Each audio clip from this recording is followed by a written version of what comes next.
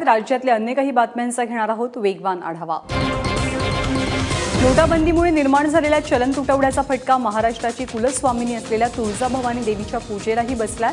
1000 आणि 500च्या नोटा रद्द झाल्यात तर त्यापेक्षा कमी मूल्याच्या नोटांचा तुटवडा असल्यानं तुळजाभवानीची पूजा उधारीवर सुरू आहे। पूजा झाल्यावर भाविक आपल्या गावी परतून पुजाऱ्यांच्या बँक खात्यात रक्कम जमा करतात। मंदिर समितीने भाविकांची गैरसोय दूर करण्यासाठी हा पर्याय उपलब्ध करून दिलाय।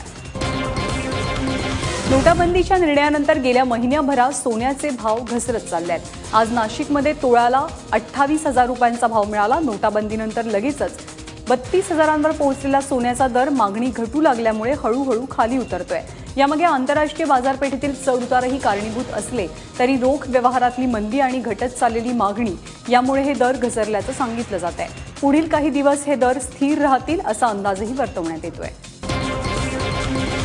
नोटाबंदीनंतर निर्माण झालेल्या चलन तुटवड्यामुळे शेतकरी मेटाकुटीला आलेत। हातात पैसा तर नाही, शिवाय मोठ्या कष्टानं पिकवलेला भाजीपाला भाव नसल्यानं फेकून द्यावा लागतोय। येवल्यातल्या विजय बोरकडे यांच्या एका एकरातील वांग्याला बाजारात काहीच भाव मिळत नाहीये। उलट तो विकण्यासाठी पदरचे पैसे मोडावे लागतात। त्यामुळे बोरकडे यांनी सगळ्या पिकांवर नांगर फिरवला। वांग्यासोबतच कांद्यालाही भाव मिळत नसल्यामुळे साठवलेला शेकडो क्विंटल कांदा फेकून द्यावा लागलाय। सांगलीतल्या कॉलेज कॉर्नर परिसरातील आर्या पान शॉपवाल्यानं दुकानामध्ये स्वाईप मशीन बसवले आणि ग्राहकांना कॅशलेस पर्याय उपलब्ध करून दिलाय। याला ग्राहकांचा चांगला प्रतिसाद मिळतो। स्वाईप मशीनद्वारे व्यवहार करणारी राज्यातली पहिलीच पानपट्टी असल्याचा दावा दुकान मालकाचा आहे। मुलीच्या जन्माचं स्वागत करण्यासाठी पिंपरी चिंचवड महानगरपालिकेनं महत्त्वपूर्ण पाऊल उचललंय। पालिकेच्या लेकी वाचवा मोहिमेअंतर्गत या अभियानाची सुरुवात करण्यात आलेली आहे। मुलीच्या जन्मानंतर शस्त्रक्रिया करणाऱ्या महिलांना 25,000 तर 2 मुलींच्या नंतर शस्त्रक्रिया करणाऱ्या पालकांना 10,000 रुपये दिले जाणार आहेत। आज झालेल्या स्थायी समितीच्या बैठकीत या उपक्रमाला मंजुरी मिळाली।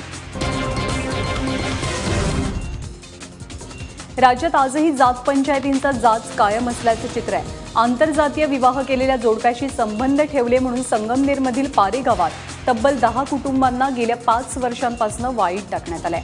पारेगावच्या तिरमली जातीच्या माणिक हाटकर या तरुणानं 5 वर्षांपूर्वी जंगम समाजातील मुलीशी लग्न केलं आणि याच कारणावरून जात पंचायतीनं हाटकर कुटुंबासह त्यांच्याशी संबंध ठेवणाऱ्या 10 कुटुंबांना वाळीत टाकलंय।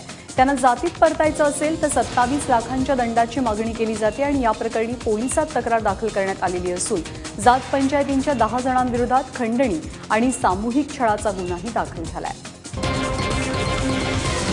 मुंबईतल्या युवा अनस्टॉपेबल या संस्थेमार्फत पालिकेतल्या विद्यार्थ्यांशी संवाद साधला गेला। या कार्यक्रमाला दिग्दर्शक राकेश ओमप्रकाश मेहरा, भाजप नेत्या शायना एनसी आणि युवा सेना प्रमुख आदित्य ठाकरे उपस्थित होते। युवा अनस्टॉपेबल ही संस्था शालेय विद्यार्थ्यांमध्ये स्वच्छता आणि इतर बाबींसंदर्भात जागरूकता निर्माण करण्याचं काम करते।